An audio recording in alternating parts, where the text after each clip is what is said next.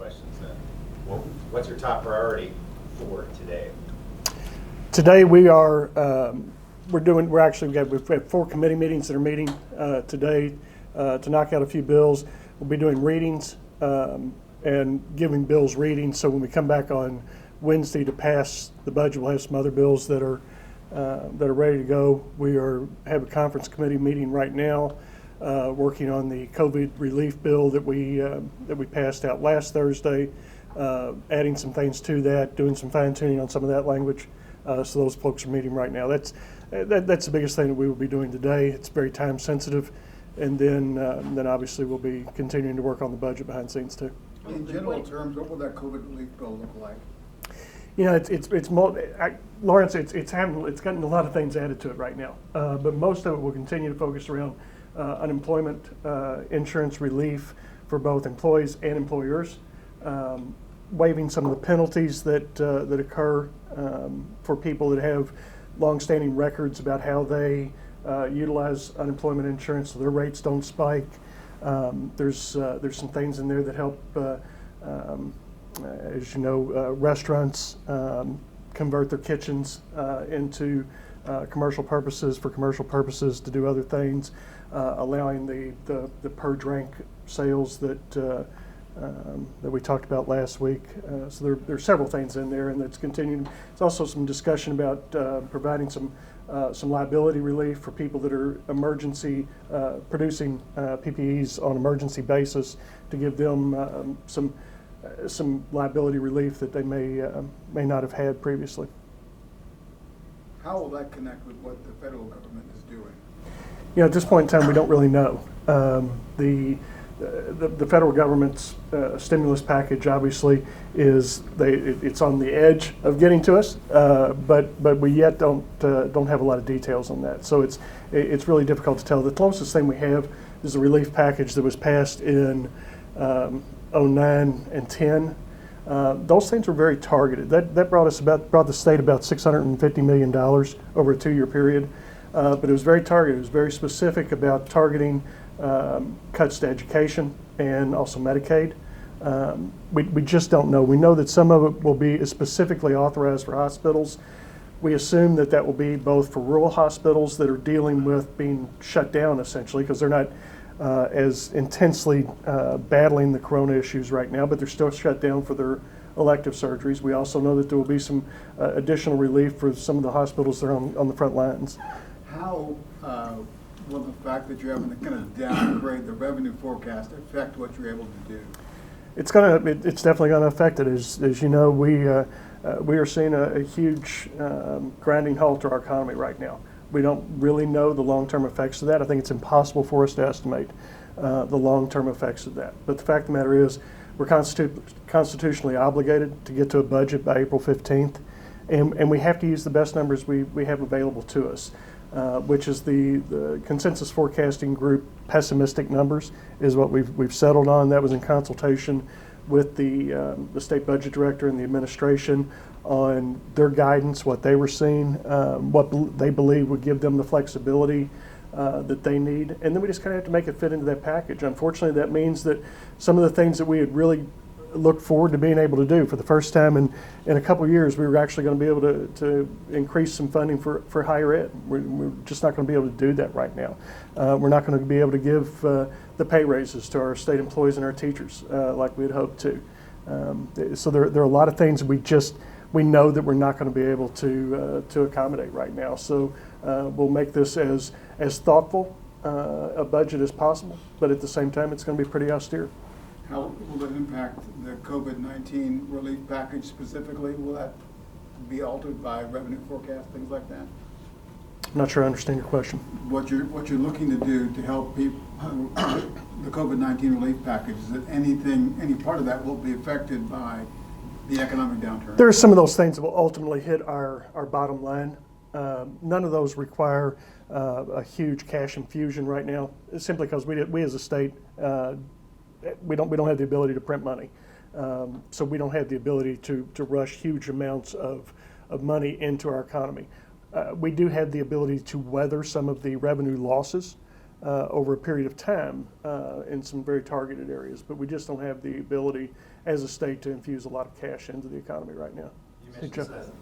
Go ahead, Joe. Is a SEEK increase also off the table along with those other teams? As of right now, yes, we will be holding SEEK constant at the 2020 level.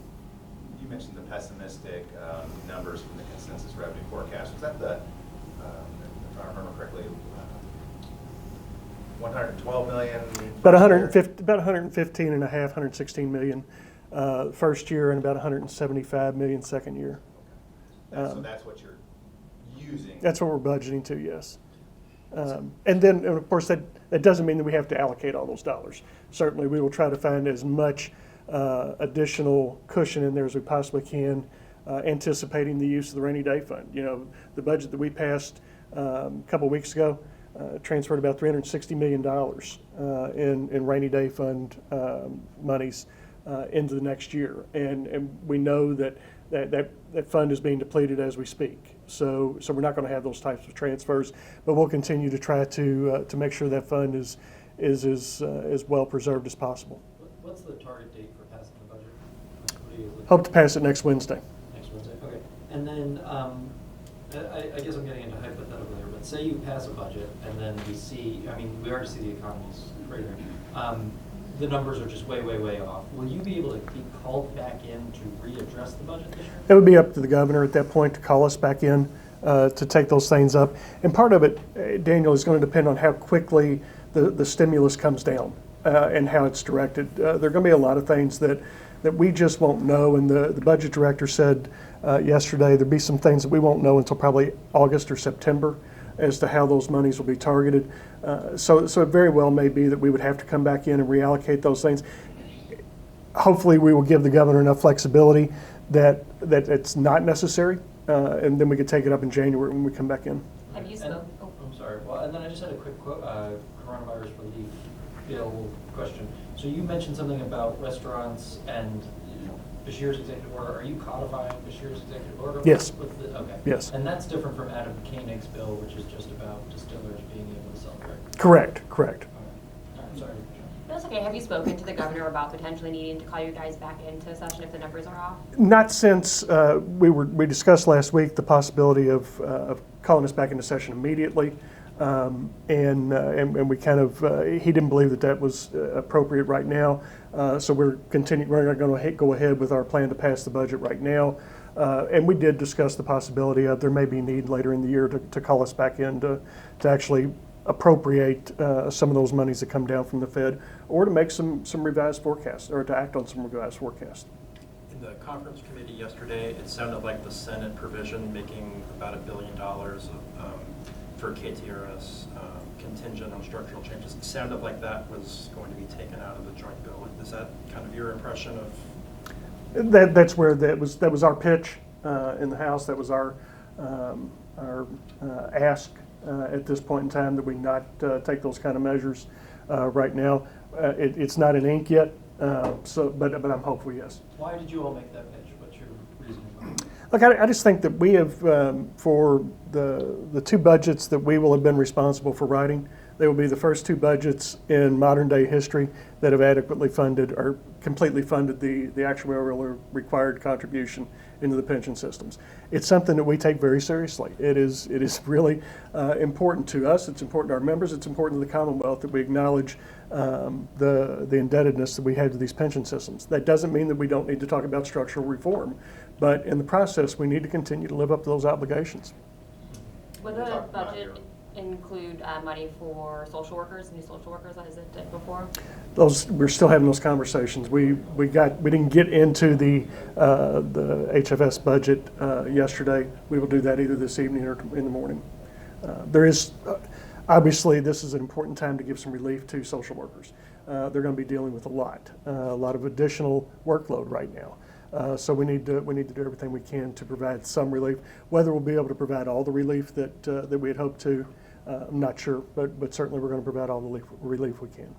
When you're talking about some of the stuff that's going on today, I didn't hear you mention any bills that might come up for a vote on the House floor. Are we looking at voting on some bills? I think the only legislation that we might take up in the House today will be concurrence on some bills that are coming to us from either conference committees or other things from the Senate.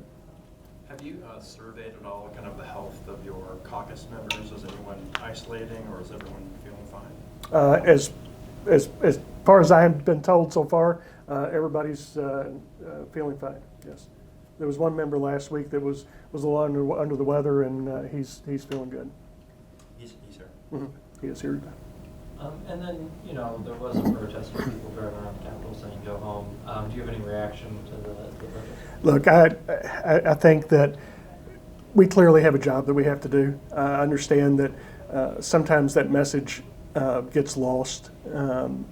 But if we don't pass a budget, there are vital parts of this government that start shutting down.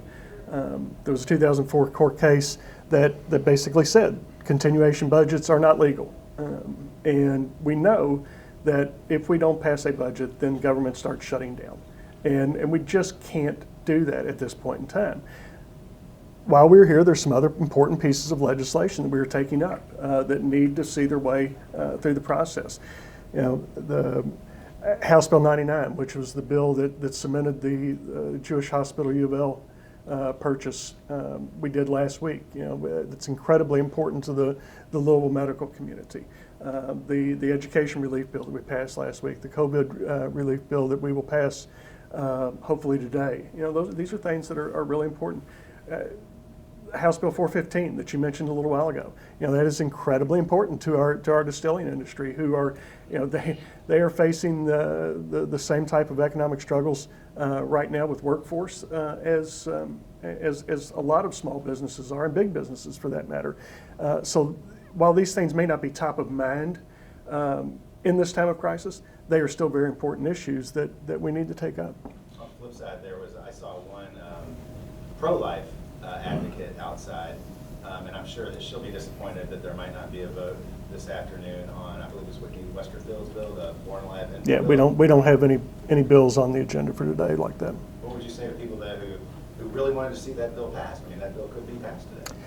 It could be, but it's not on our agenda today. It does not mean that it won't be on the agenda at some point in time before we adjourn the session.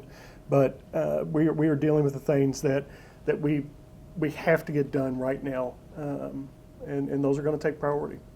Scheduling wise, so you're here today. Does that mean you all are going to gavel out until next Wednesday? What's the deal here? The tentative plan is that we will gavel out this evening until next Wednesday, the 1st. There is a chance, as you know, in these last few days of session, we have several days that we can still meet on and utilize. Since we have taken several days off this week, it's possible we could come back in on Tuesday instead of Wednesday. Possible we could push it to Thursday. So those things will remain in flux, but as of right now, Wednesday will be the target. And I was on house arrest for a while. What's the status of House Bill 1? Or not, Senate Bill 1, sorry, the immigration bill. Is that in the passing? We will not be taking it up. And House Bill 1, I mean, that's your bill too. Yeah, and you know what? I still am firmly committed to the intent and the vision behind House Bill 1, which is Public Assistance Reform Bill. With everything that our cabinet is going to be dealing with in this scenario, I just don't think it's appropriate to ask them to implement a whole new set of policies dealing with public assistance at this point in time. So we're going to pull that bill back, and we'll take it up again next year. Is tonight going to be a late night? I don't believe so. The director, because of a limited amount of staff that we have here, the director has asked that we wrap everything up by 8 o'clock today, just so they can get anything that we do pass, they'll have time to get it enrolled and engrossed and delivered to the governor's office before the end of the business day. It's the latest relative. I would expect, yeah, I would expect us to be finished by 8 o'clock. I apologize, because I know you touched on this before, but the coronavirus relief bill in committee right now, adding some additional things to it. Any votes expected on it over in the Senate or anything like that, or is that to be? Assuming they get everything put together, the NEC conference committee will issue a pre-conference committee report, which then both chambers would have to pass that for it to become effective. What likelihood of that happening today? I'm hopeful. Oh, Yeah. What bill number is that? Senate Bill 150.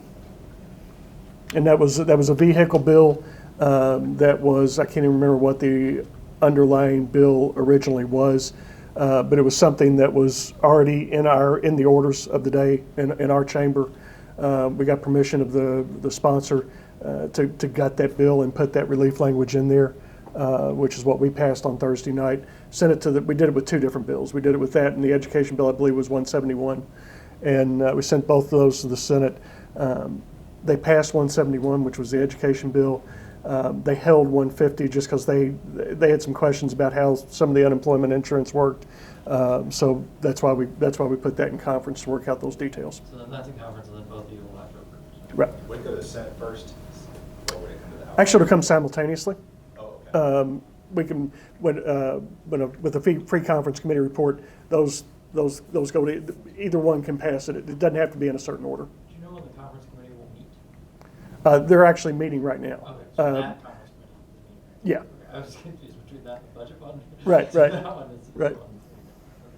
Thank you all so much. Thank you. Thanks. Appreciate it.